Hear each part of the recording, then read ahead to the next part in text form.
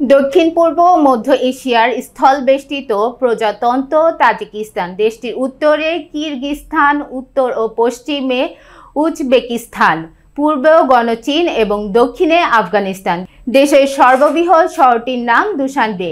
এটি তাজিকিস্তানের রাজধানী। 1,43,100 বর্গ কিলোমিটার আয়তনে তাজিকিস্তান 1929 সালে সোভিয়েত ইউনিয়নের অঙ্গ হয়ে যায়, তবে 1991 সালের 9 সেপ্টেম্বর ফের স্বাধীনতা লাভ করেন। প্রায় 90% পর্বতমালা নিয়ে গড়ে উঠেছে তাজিকিস্তান। বিস্তারিত দেখুন রিপোর্টে।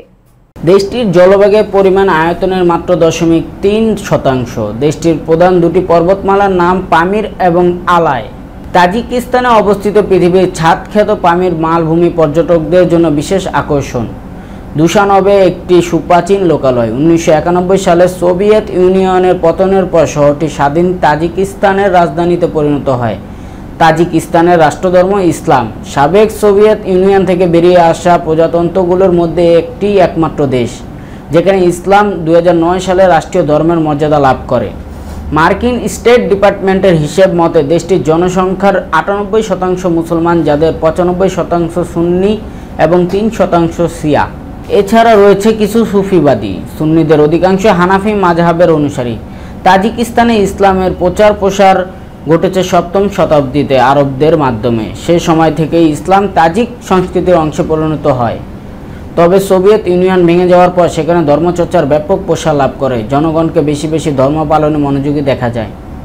এমনকি রমজান মাসে রোজা পালনকারীর সংখ্যা 99% গিয়ে পৌঁছে। সোভিয়েত ইউনিয়নের শেষ দিকে, বিশেষ করে 1989 সালে মিখাইল গর্বাচভের আমলে তাজিকিস্তানে ইসলাম চর্চার ওপর নিষেধাজ্ঞা কিছুটা শিথিল করা হয়। সেই সময় ইসলাম এবং অর্থোডক্স খ্রিস্ট ধর্মের চর্চা বেশ খোলামেলাভাবেই শুরু হয়। ধর্মীয় প্রতিষ্ঠান চালু হয়, মসজিদগুলো খুলে দেওয়া হয়, নতুন নতুন মসজিদ নির্মিত হয়। তাশখন্দকে ভিত্তি করে মধ্য এশিয়ার ইসলামিক বোর্ড গঠিত হয়। বহু আলেম নিবৃত্তিবাস থেকে বেরিয়ে এসে প্রকাশ্যে ওয়াজ নসিহত করতে থাকেন। শুরু হয় তাবলিগের কাজও। টঙ্গীতে অনুষ্ঠিত বিশ্ব ইজতেমায় তাজিকিস্তান থেকে বেশ কয়েকটি জামাত অংশ নেয়। একথায় বলা চলে তাজিকিস্তানের জনগণ ধর্মভীরু এবং তারা নিজেদের মতো ধর্মচর্চা করার সুযোগ পান।